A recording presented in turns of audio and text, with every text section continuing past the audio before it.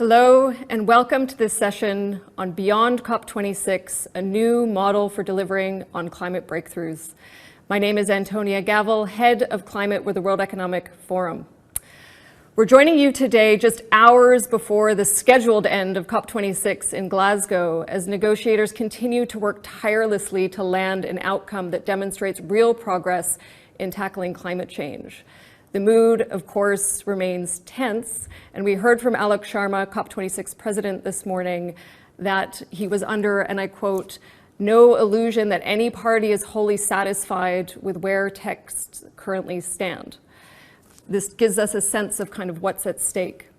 Just as a brief recap for our viewers who are tuning in today, Glasgow is expected to deliver on a few critical outcomes, right? So first, the world is looking to governments to ratchet up their national commitments in order to maintain global temperatures to no more than 1.5 degree rise. Second, wealthy countries were expected to deliver on the $100 billion committed to help developing countries tackle climate change and adapt to the impacts that are already being felt. And third, progress is and was anticipated on key elements of the Paris Agreement, things like Article 6 that look to provide the foundations for a credible global carbon market, again, to help deliver on the commitments. Now, I personally was in Glasgow, and this morning I woke up with mixed feelings about where things currently stand, as I think many people around the world do as well. Analysis of progress and commitments to date tell us that there has been some progress on some of the objectives that I just outlined, but also that significant gaps remain. Of course, this leaves us unsatisfied. On the other hand, I also left Glasgow feeling optimistic and hopeful, in particular by what I saw happening alongside the negotiations. We have never before seen such an incredible mobilization of business, citizens, academia, and others pushing for bolder outcomes, but also taking action themselves. A few examples: the Race to Zero campaign has now grown to over 5,000 businesses, 67 regions, over 440 financial institutions, 1,000 plus educational institutions, and more, all committing to halve emissions between 2020 and 2030. These same actors have also launched incredible initiatives and commitments to really help deliver and drive to true progress against these objectives. We saw financial institutions commit over 130 trillion to help transform the economy to net zero. We saw companies commit to invest in emerging technology innovations that we know we need to decarbonize industry, with the launch of the First Mover Coalition, as well as other initiatives like this. We saw nature for the first time recognized as core to tackling climate change, with commitments to halt and reverse forest loss. We also saw hundreds of thousands of citizens around the world take to the streets. They're making clear their own commitment to tackling climate change, but also making clear their expectations of leaders. So these are just a few examples of a very long list of actions and commitments that we see alongside the negotiations that are happening at Glasgow at the moment. So in this discussion, what we would love to hear is where things stand, of course, where do we hope things will land, but also how we see collective and collaborative action and new models for collaboration move us towards impact beyond COP26. So I hope that just sets the context for this conversation and maybe the mood in the room. We have some tense feelings, but we also have some hope for progress through these types of collaborations. So with that, I'd like to really welcome Nick Bridge, the UK Special Representative for Climate Change, to the discussion this morning. We know, Nick, that you're incredibly busy, so appreciate you taking the time to join us. Let me just start with you and ask you to share a little bit with our global audience where things stand, and I think in particular how you think COP26 has helped really shift the dial on public-private collaboration to really help achieve the objectives set out at Glasgow. Nick, over to you. Thank you so much, Antonia and WEF, for everything that you're doing, and thank you to everybody on the line for engaging in this. I'm going to say a quick word, as you say, just about being here in Glasgow still and how we're doing, but focus then a little bit more on what the collaboration needs to be in this conversation going forward and what our hopes are for that.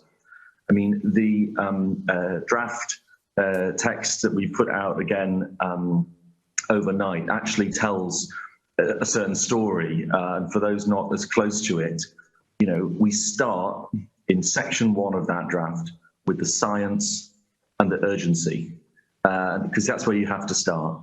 And then we move on and we put adaptation up front and adaptation finance. The next section, mitigation. And then the next section, financing, technology transfer, and capacity building. So that tells the story exactly, Antonia, of the balance and that you've been talking about, and that we've had to bring forward much more emphasis on adapting because things are moving further and faster in terms of catastrophic impacts, and that will only accelerate. So we've put that science and that adaptation up front, and we've certainly got to build on the progress made on finance and go further. And then on mitigation, you know, we've had this huge push to try and ratchet up mitigation. The other sections of that text I'll just quickly also mention, though, as vital. Loss and damage is the next section. Then the two final sections are about implementation and collaboration. So as I say, I think that draft text, and we'll see where it comes out in the end game in the hours to come, but that tells, I think, the story that we are trying to represent as the presidency as to the party's views around balancing the reducing of emissions, the coping and adapting, being more resilient to what we are already facing and will face over the years to come, and then financing that transition with the poorest, most vulnerable countries in mind the most. Now, let me just quickly move on to what you were focused on around the extraordinary role that we all play in the public and private sector to make that happen. As a presidency, as you know, we put a huge weight on the race to zero. As you say, more than 5,000 companies now, 60 of the top FTSE 100 in our country, because the way that we've managed to move from less than a quarter of the world's governments signing up to net zero to more than 90% in the last 18 months, an extraordinary shift in that agreement to go net zero. And partly that is because businesses have also wanted that sense of an acceleration in that direction. Now, of course, the crunch comes as to whether that net zero target in the long term is reflected in what governments and businesses are doing in 2030 and in 2025, and basically every year, month and day from now on. So it has to be now locked in solid policies across governments and businesses. And we think that the bringing in the private sector and the public-private partnership much more strongly has been absolutely critical part of the Glasgow concept, because many businesses are ahead of some countries and are saying that this is what we want and this is the signal. And then that can be locked in terms of the policy frameworks that governments can provide around the world.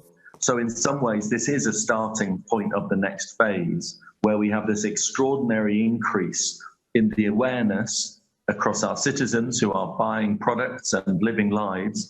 We have an awareness across businesses who have made these big commitments and now need to make them happen in solid terms. And we have these big changes in the government's views as well. Now, alongside Race to Zero and Race to Resilience, we also had, of course, the Financial Alliance for Net Zero. And then, your fantastic First Movers Coalition, which we saw launched with President Biden, John Kerry, and your team. So these things now are all part of the momentum, irreversible but accelerating action that is good for citizens. This stuff is more affordable, it's more sustainable, and it's a business model that we hope everybody's wanting to shift to much faster. So I hope that gives a sense, Antonio, sort of the interplay between the very technical negotiations that are still ongoing, but then the very real world commitments that will help that happen. And we really do now need to press on. We as a presidency will be pressing on very hard in the year ahead and in the years ahead with partners to make sure that we can do this. We have to keep that 1.5 degree temperature goal within reach, and with your help, I hope we can. Thank you. Thank you, Nick, and appreciate that the negotiations are still ongoing, and appreciate that you do have to kind of drop off to get back to those. Maybe just one quick follow-up question before you drop off. What would be sort of your key messages and reflections for this mobilization beyond COP? Of course, we'll all look to the negotiation outcomes and at the text that is to come from Glasgow. But what would be your sort of key message on the step from here? Where do we need to focus our attention and energy to make sure that we move from Glasgow forward faster in terms of tackling climate change? Well, I think briefly I'll come back to the three areas. You know, the emissions reduction targets have really taken a quantum leap. The number of net zero targets now, but they have not yet been reflected either fully in 2030 targets, but they have not yet fully been reflected in policy framework. So we're saying the right thing, and now there's an intensely important phase where we actually do the difficult job of changing policies in the public and private sector to make these targets credible. On adaptation, it's a similar point that we've got to give much more attention to it. We want to get adaptation and mitigation on the same level and be spending as much on supporting poorest, most vulnerable countries on adaptation as we've been doing on mitigation. That's something the UK government has always had, that broadly sort of 50-50 approach. And to ramp up, thirdly, to ramp up the financing in both areas, and that's public and it's private and it's public-private. And so it's really the action and the implementation of what has been an extraordinary period of uplift in awareness and commitment. It's now got to very rapidly turn into different approaches, different policies that can convince people that it will happen fast enough. Thank you, Antonia. Great, thank you, Nick, for that overview, and I think for those reflections, I certainly think we'll be picking up those themes as we go through this conversation this morning. Well, and thank you again to the First Movers Coalition. So the World Economic Forum has just, I think, had this, fantastic role in flagging the risks that we face. We talked a lot about the way the science was evolving, but you and many of the businesses on the line have been the ones flagging to us actually that in terms of risk and what that means for the actions of people in communities, in the real economy. That's I think a hugely important role. So thank you again for the support to the presidency, and we'll be with you as we push this forward in the months ahead. Thank you. Thank you, Nick, and indeed, thank you for driving that kind of race to zero and all of society action, I think, as we move things forward. So best of luck with the negotiations. We'll be watching how things come out there. So I think with that, I think, let's take sort of those words and reflections into a conversation now. I'll ask my colleagues just to quickly put up a slide with a QR code where we do invite our viewers to ask questions of the panel that we're about to engage here. So if you just scan this QR code, you can go to Slido and just drop some questions in the chat if you like. I'll try to kind of pick them up and weave them into the conversation as we go. So with that, let me just briefly introduce the great panel that we now have to really take this conversation to the next level. I'd like to welcome Chad Holliday, co-chair of the Mission Possible Partnership. We have Sven Tor Holsether, the CEO of Yara International. Clover Hogan, a climate activist and a founder of Force of Nature, and Anne Mettler, Vice President of Europe, Breakthrough Energy. So I think it's great to have you all here today. And really, I think really what we'd like to do now is to have a conversation just building on the framing that we've heard both from Nick and in the introduction there as well. So maybe if I could start with you, Chad. I mean, you've worked in business leadership for many years now, but also, of course, now play an important role as co-chair of the Mission Possible Partnership focused on industry decarbonization. Could you maybe just share your initial reflections on what you saw coming out of COP in the context of public-private partnership and really delivering on action? And I think let's keep kind of that theme of focus on yes commitments, but also delivery. So Chad, over to you. Great question. And starting with your framing and what Nick had to say, I think if you went back 10 years ago and said, Could we possibly have this kind of progress that we're talking about today without a global carbon tax or a global cap and trade? I would have said no. Yet the answer is business is moving forward very rapidly based on what we have today. I think there are three factors that cause that. First, the technology developments of the last couple of decades, nanotechnology, biotechnology, artificial intelligence are being applied quickly now. They're getting funding, they're getting resources. We're not having to wait on proving everything before it takes place. I think that's making a big difference and it's giving businesses the courage to step out because they see the technology developing. I think the second one is we're getting a not so gentle nudge in the business community. First, to make sure our reporting is right through things like TCFD, but also the large investor base is insisting that we have that reporting and we have real actions and commitments, and they're all not just decades away, looking for real results now and what we're accomplished. That was something that I didn't anticipate could happen without those other things in place. And third, every person I talk to under 30 has a totally different standard for what business has to do to be even acceptable. And every year they get older, when they're 31, they don't lose that. So it's a force that I've just never experienced before, and I think it's making a big difference. So I believe those three things are shaping this change. I'll leave you with one thought around that, though. If you go back and look at every energy transition that we can track, there's 4 or 5, depending on where you want to start counting, everyone has created a better energy system. So keep in mind what we're doing here is a better energy system for people, and they'll adopt it. Thank you. Great, thanks. Thank you for that overview, Chad. I think really great points. Maybe, just to kind of in the spirit of discussion, and Mettler, if I could turn to you. Of course, you and the Breakthrough Energy really does have quite a focus on innovation. Chad mentioned technology innovation, but innovation in the next 10 years. Could you maybe share your thoughts on kind of what needs to happen to really supercharge innovation and climate delivery over the next decade? Absolutely, and good morning. So first of all, I think what is important now is that we went from the how and from the what to now the how. How do we operationalize all these goals? It was just said that over 90% of governments have committed, countless businesses. And where we come into this is really calling for a new generation of public-private partnerships where each side must sort of bring their respective strengths to the table.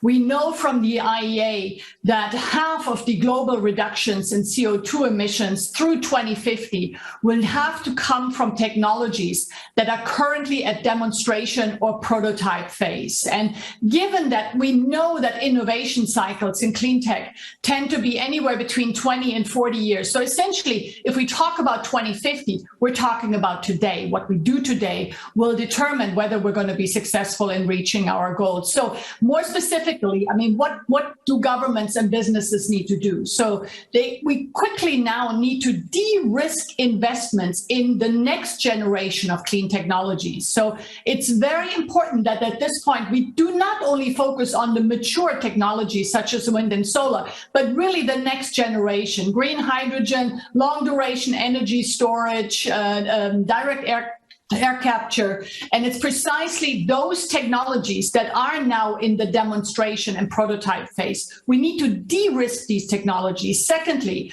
governments and businesses need to work together to quickly now build new markets for these clean technologies so that with the higher volumes, the price can decrease. This is what Bill Gates likes to call the green premium, that we still need to pay if we want to use clean technologies. And as long as clean tech is significantly more expensive, it won't scale, and certainly not in the lower and middle income countries where it's most needed. So this is what I would encourage at this point, is really to de-risk these investments. It's really to lower the green premium, and then we will build these new markets, and it will really kickstart the innovation that is needed now.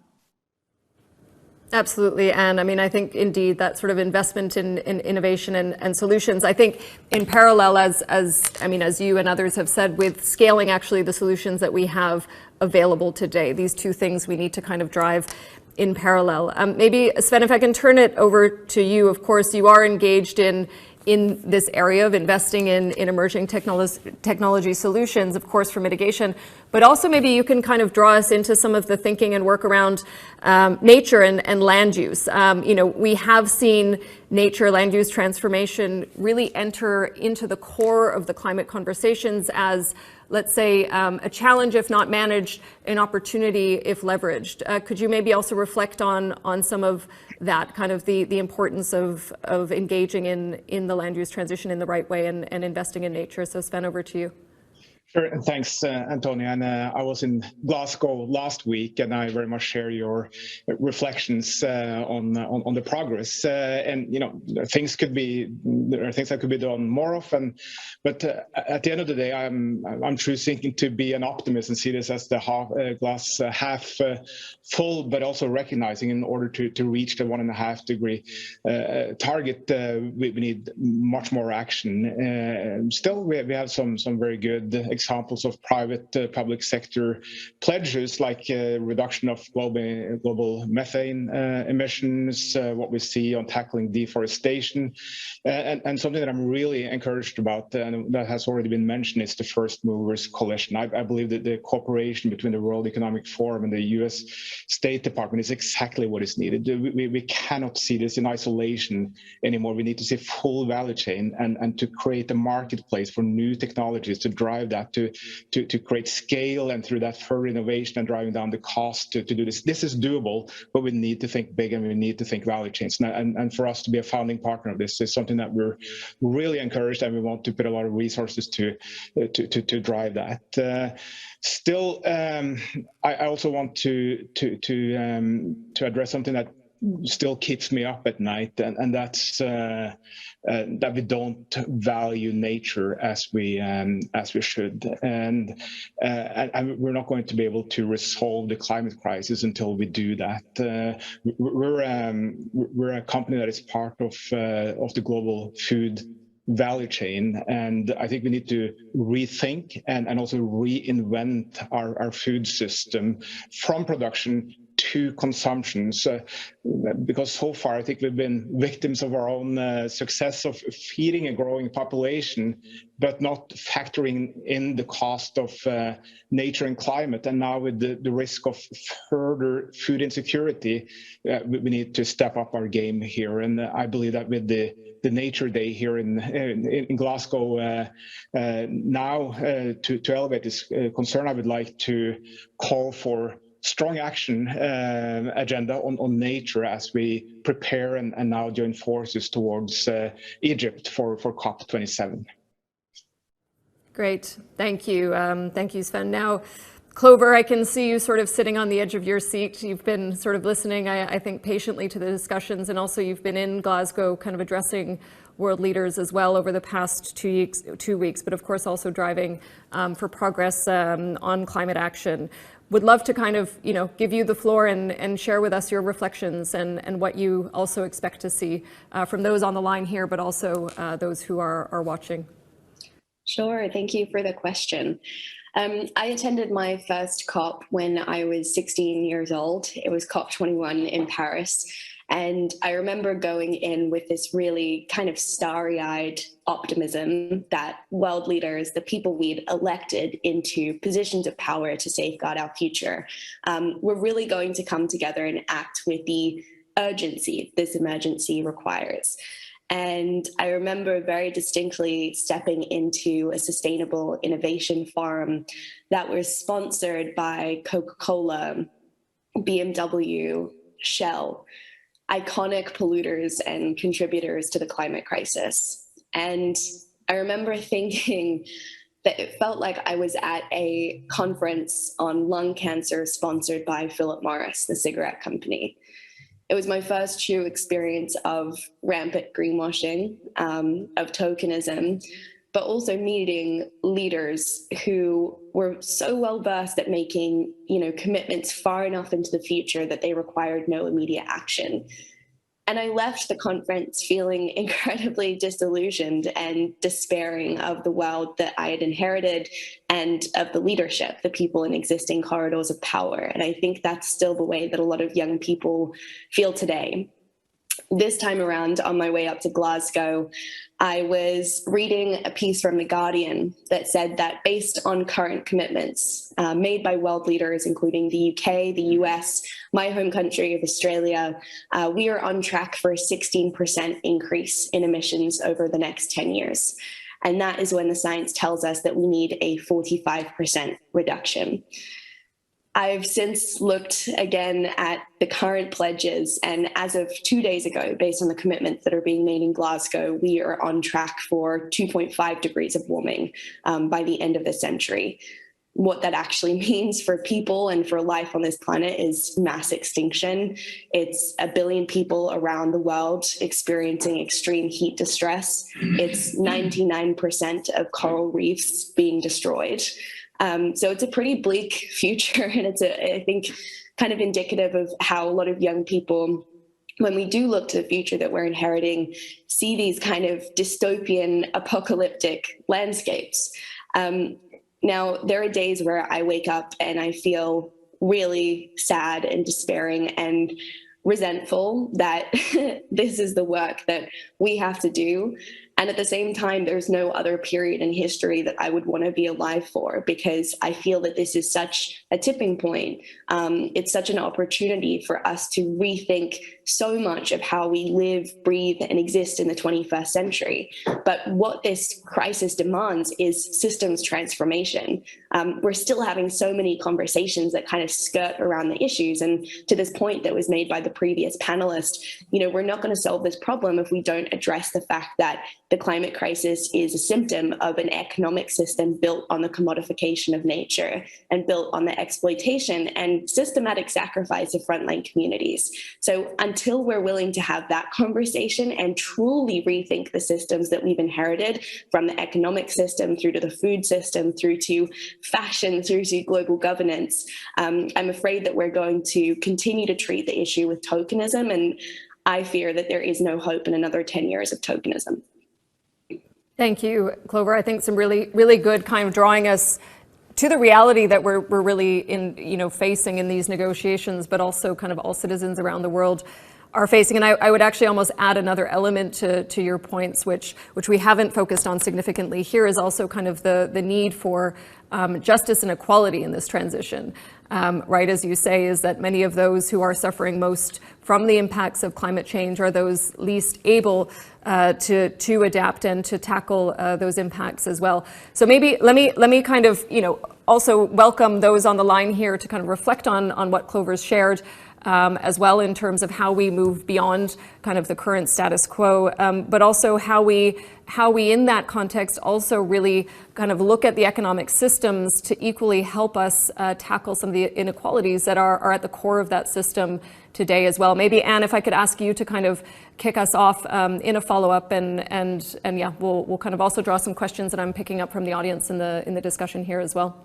Of course, with great pleasure. And I think that the issue of global equity is absolutely critical, as you say. So first of all, I mean, it goes without saying that the climate finance commitments, which were already mentioned, need to be met. It goes without saying that climate change adaptation is key. I thought Nick was very eloquent about both of these issues.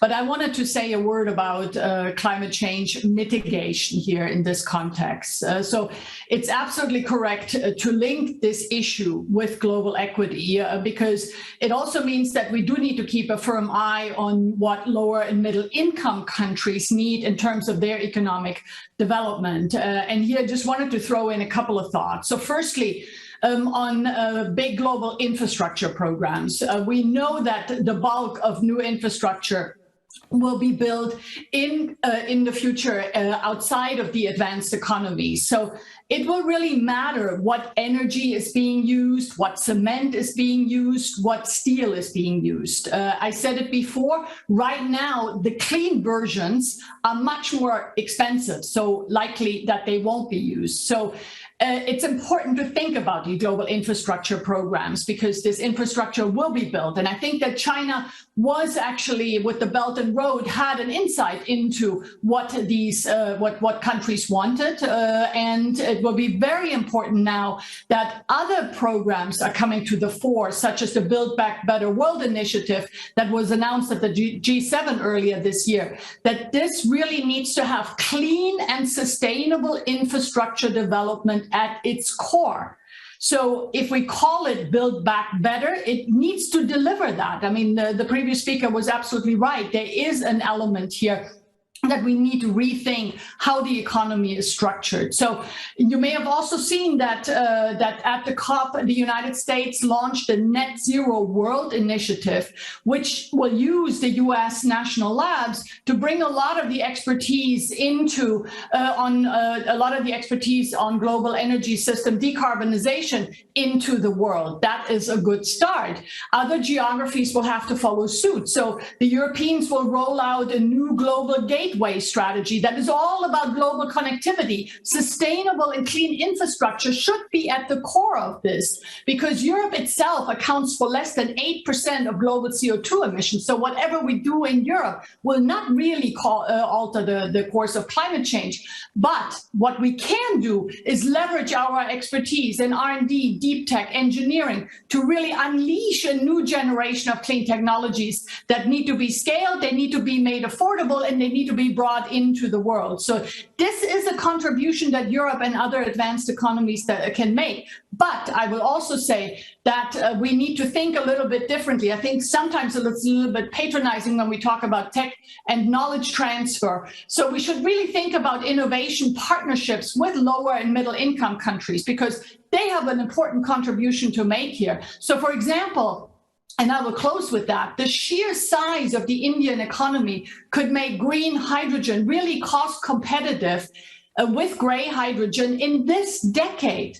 One of the fastest timelines globally. So an innovation partnership with India to really accelerate, scale, get green hydrogen off the ground would make a lot of sense. And that ties to the global equity. It would bring solutions to climate change, but it would also bring economic development. And this is, I think, how we need to see this in general, because a lot of the approaches we've taken to date haven't really worked, but maybe thinking of novel ways of doing this would yield better dividends in the future.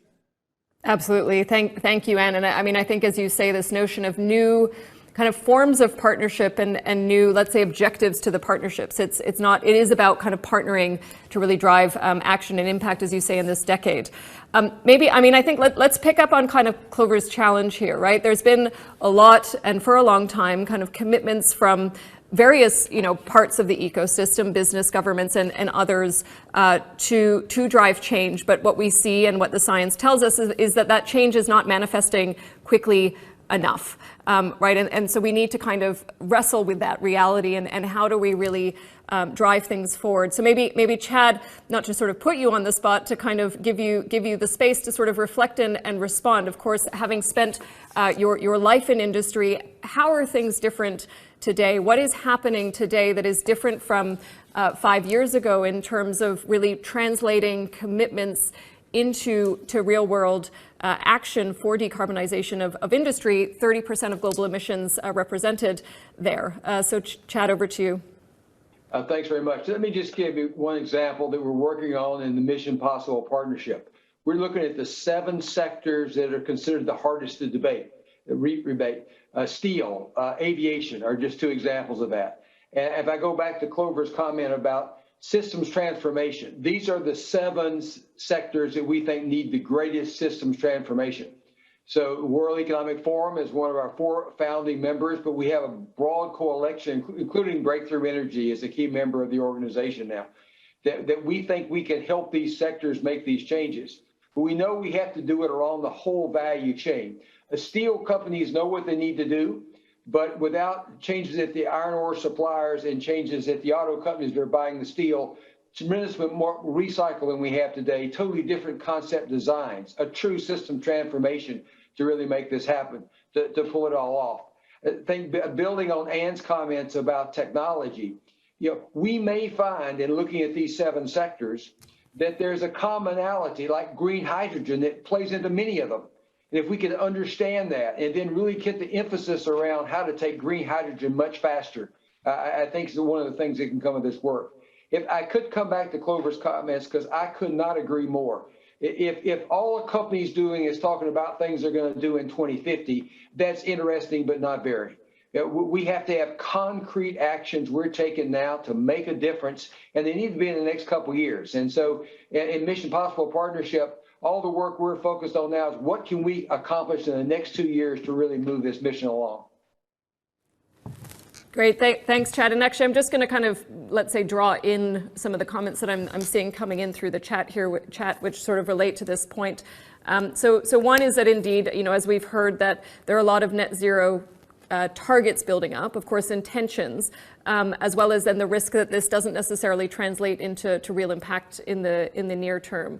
I think coupled with that, kind of a question related to, okay, therefore, what would be the kind of top 1 or 2 key actions that could be taken today to actually deliver on some of these objectives that are being stated, right? Even if it's to 2030, what can we do today? So maybe, Sven, if I can kind of ask you to kind of reflect on the conversation here, but maybe also pick up on some of those questions that have come in, and then I'll invite others to jump in as well. Yes, and indeed there is a lot that can be done today. And for me, COP21 in Paris was actually my first COP as well. I was 3 months into my job, and it was a huge eye-opener. And we used that we changed our mission, our vision, our strategy, and built in the Sustainable Development Goals, because what we were doing it wasn't enough, and we needed to think bigger. I mean, we reduced our emissions, but when I see how we're really going to make a bigger impact, we need to think much broader than that. And green hydrogen was touched on, and we're ready to move along with producing fertilizers with green hydrogen to create the fuel as a result of green hydrogen, but then we need to create the markets. We cannot move that burden over to the farmers. We're already putting too much burden on the farmers. But if you look at full value chains, this is not very costly. But then we need to shift our focus and move more towards partnerships, holistic thinking, getting also the governments to support that, to bridge the gap, to make the food system decarbonize. It's at a cost of 4%. We could decarbonize it, but if you think in silos, it's almost impossible to do it. But if you think full, we can do this. Now, I fully agree with what Chad said as well on the hard to abate industries. It's not hard in the sense that it's difficult. It's costly, but the technology is there. And when we bring technology to scale, we drive down the cost. So it's costly, but let's also think about the cost of inaction, and that's growing exponentially. So I think the sooner we get this done, the cheaper it's going to be.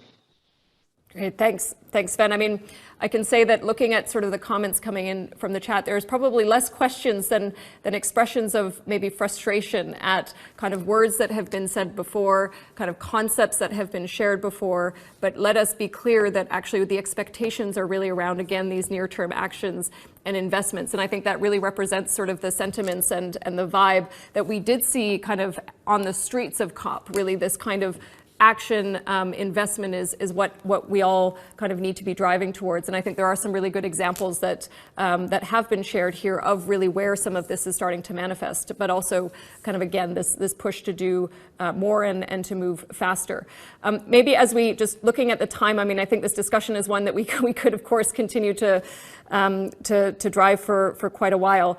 I just want to kind of invite a quick kind of, if there's any last reflections from some of the panelists before I ask Clover also to kind of close us off with a final word as well. I don't know, Anne or Chad, if you have any other further reflections on some of these points. How do we as a community of leaders trying to drive this transformation from kind of what we say to what we do, how do we do that faster in response to kind of the expectations that are being put on the leadership community? I just add that we can't wait 5 years to measure progress again. I think the work to measure progress in 1 year, but really be measuring progress every 3 months would be really much more is needed. And if we had the same enthusiasm of getting those positive steps out on an every 3 month basis, it can make a big difference. Thanks, Chad. Anne?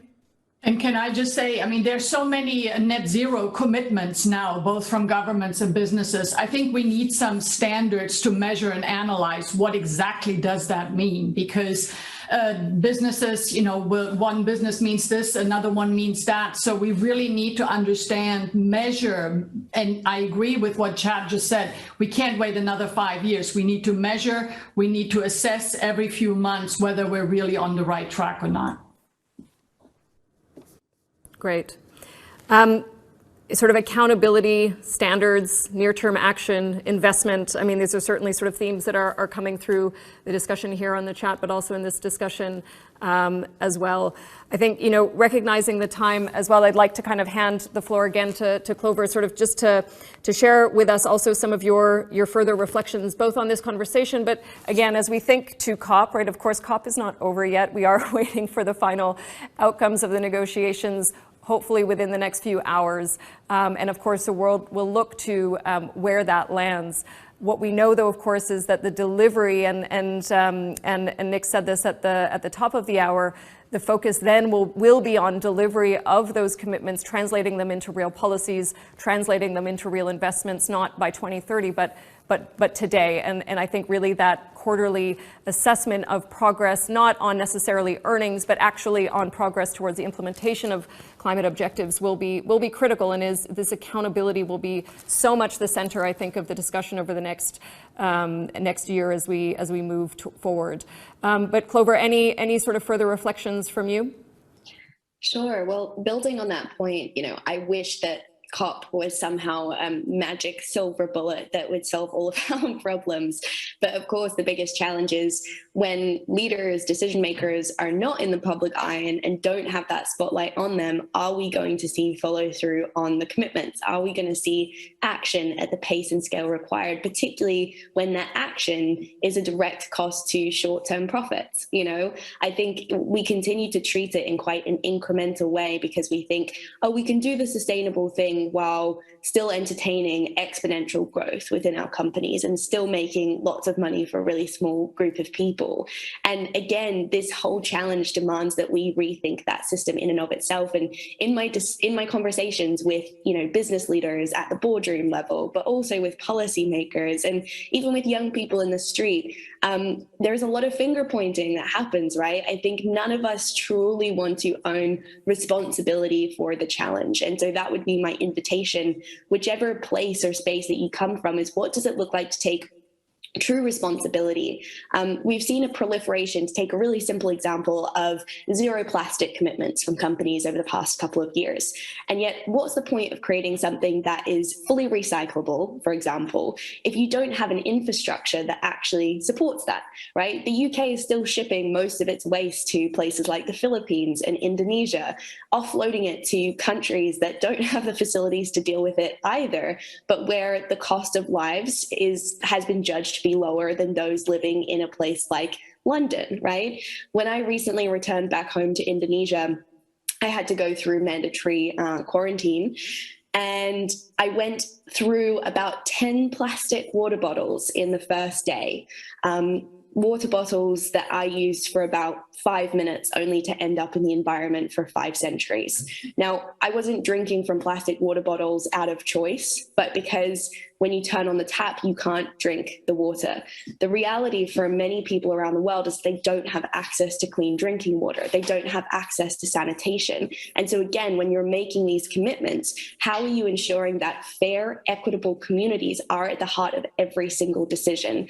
And for companies, this means not just stopping the responsibility when your product gets on the shelf, or not just thinking about responsibility for when that product is in your factory, but every part of the supply chain, every person who touches that product or that service in some way. And with that is an invitation for us to shift the goalposts of business as well, from the end goal being to create products through a product or service, to how can that product or service actually be a vehicle for solving a larger societal problem. And when it comes to politics, we need to rethink the engine that puts people into seats of power. Short-term politics and short-term gains are not going to solve an immediate yet existential threat. So I invite everyone to rethink the system as it currently stands and critically think about what it looks like for you to take responsibility, not just of your immediate circle, but responsibility from a place of privilege and from a place of opportunity to step up and do the right thing. Great, thank you, Clover. And I think those are really excellent and positively challenging words, I think, for us to close this conversation on. I mean, I reflect on, you know, obviously the challenges and some of the lack of progress that we've seen, but also, as I said at the beginning, some positive hope and optimism, I think, for the new forms of collaboration investment that we are seeing. But your point, Clover, about really this need for the foundational transformation of the entire system is so critical. And I think this is where these types of new forms of partnership and collaboration, but also that are holding those who are involved to account, to play the role that they can play, are so important, and is really the way that we can move impact forward. But I think let's kind of be let's say optimistic and hopeful, but also realistic about what needs to change and what needs to happen as we move forward in tackling this global challenge as well. So with that, I think, you know, I would really like to thank all of you, all of the panelists, but also the viewers and those who are sharing your reflections and comments in the chat for joining us this morning. Of course, we are looking to the hours as the COP26 closes to see where the conversations land, where the negotiations land. But I think also already looking, of course, beyond COP. COP is a moment in time at how we actually really move forward quickly to the delivery of some of these objectives and targets as well. So thank you all for joining, and we hope to be on this journey with you as well as we move forward.